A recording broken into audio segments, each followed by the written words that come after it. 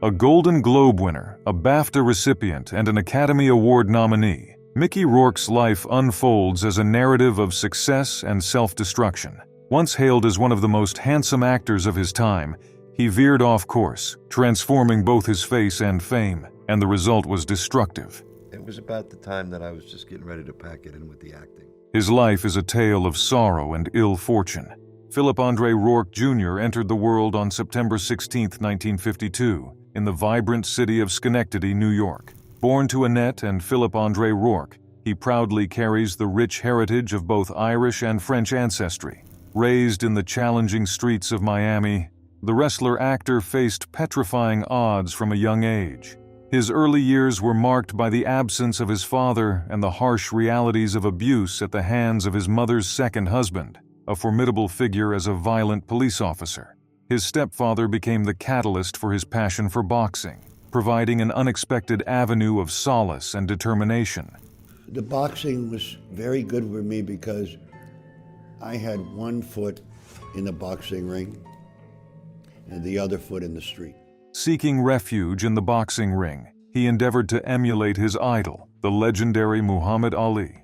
By the age of 12, the amateur boxer had already clinched victory in his inaugural boxing match as a nimble 112-pound flyweight. Unknown to him, boxing would eventually flip his life upside down in the future. In the early stages of his boxing journey, he stepped into the ring using the moniker Phil Rourke for some of his earliest matches.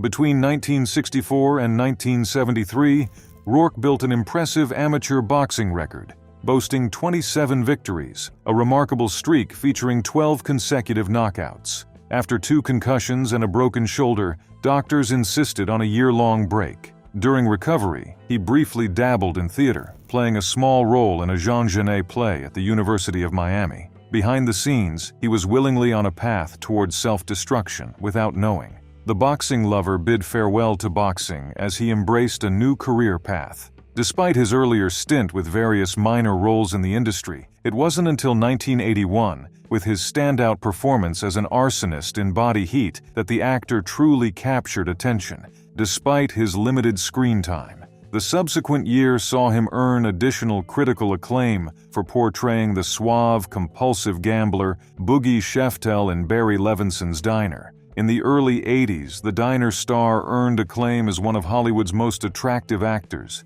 effortlessly captivating audiences with his undeniable magnetism. Despite being a heartthrob who stole every woman's heart, his reputation in that realm was short-lived. He was in his dream industry, but there was no happiness. In the 1980s, the former boxer candidly expressed his discomfort with fame and the intricacies of the Hollywood ecosystem. In his interview in 1992, his words gained much attention. "You go through the motions of feeling it, but you know the studio owns your ass. The public owns your ass," he said. So over a period of 8 years, you slowly lose your spirit in a way. Seeking physical self-destruction, Rourke opted to abandon acting for boxing in the early 1990s, viewing it as a peculiar form of protection.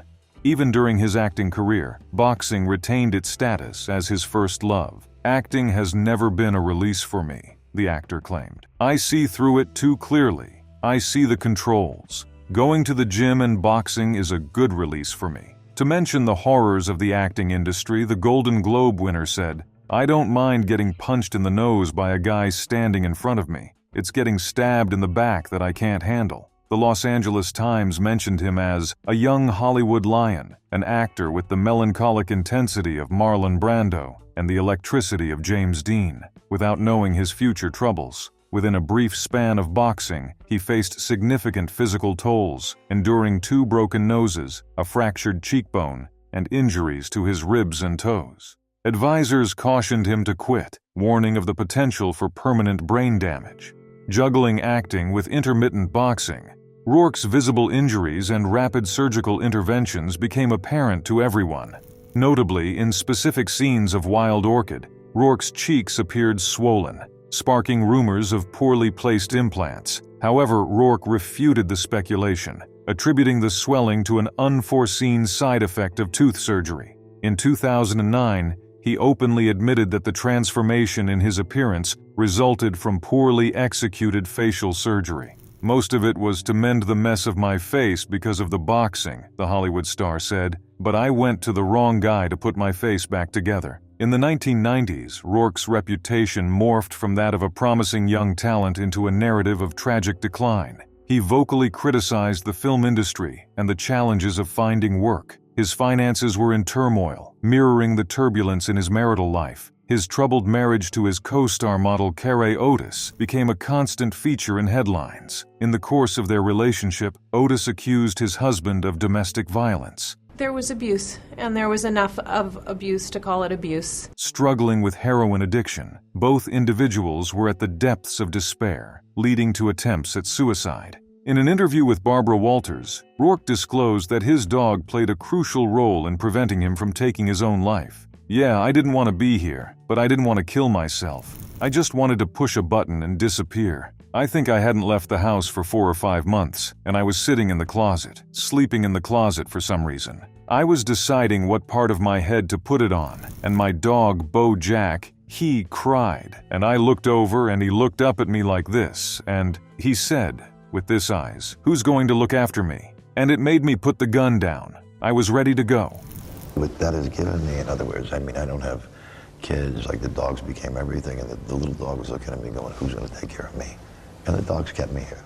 Renowned for his affection for canines, he particularly fonds small breed dogs. After leaving boxing in 1994, Rourke staged a comeback in acting, securing supporting roles in films like The Rainmaker, Buffalo 66, Animal Factory, The Pledge, Once Upon a Time in Mexico, and many others. His return to mainstream Hollywood prominence occurred in 2005 with a lead role in the neo-noir action thriller Sin City, earning him accolades from the Chicago Film Critics Association, the Irish Film and Television Awards, and the Online Film Critics Society. Despite the challenges, Rourke found a silver lining in the clouds. The Sin City actor's comeback reached its pinnacle with his portrayal of aging wrestler Randy the Ram Robinson in the sports drama film The Wrestler in 2008. This performance earned him the Golden Globe Award and Bafta Award for Best Actor, along with an Academy Award nomination.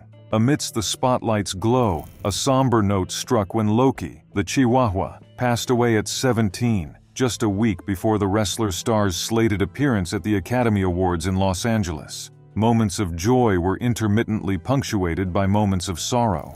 In a statement, the actor said, "Loki is deeply missed, but with me in spirit. I am very blessed she fell asleep peacefully in my arms." He even said, "She was my life." Subsequently, he featured in commercially successful films such as Iron Man 2, The Expendables, and Immortals. Following this phase, Rourke shifted his focus primarily to independent and direct-to-video productions.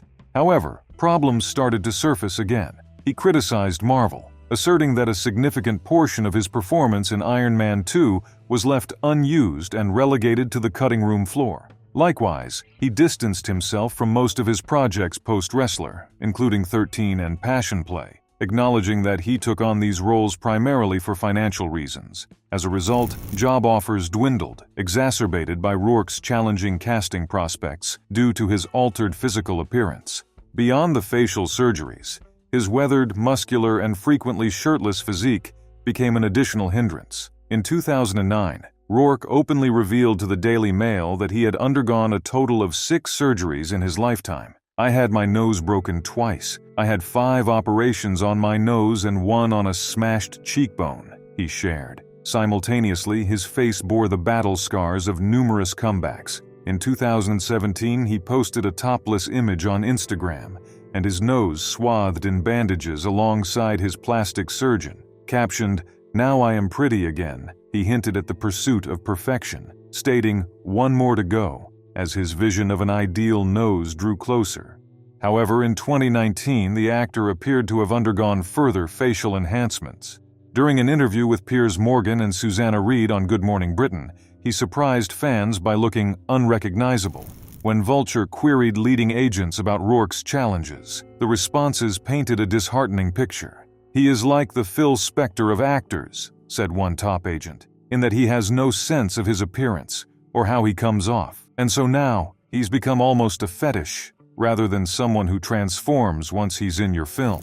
If only he hadn't ruined his looks," another agent sighed. God in the Rainmaker? Wasn't he gorgeous? But he's ruined his looks the way that Melanie Griffith ruined her looks. Agents point out that another challenge Rourke faces is a shift in decision-making, as his choices increasingly seem motivated by financial considerations rather than the material. In an encounter with Vulture, when questioned about starring in the unreleased horror movie 13 with 50 Cent, Rourke candidly replied, "For the money," dismissing the film as terrible. Beyond this instance, a series of misguided choices and decisions contributed to the downfall of his career.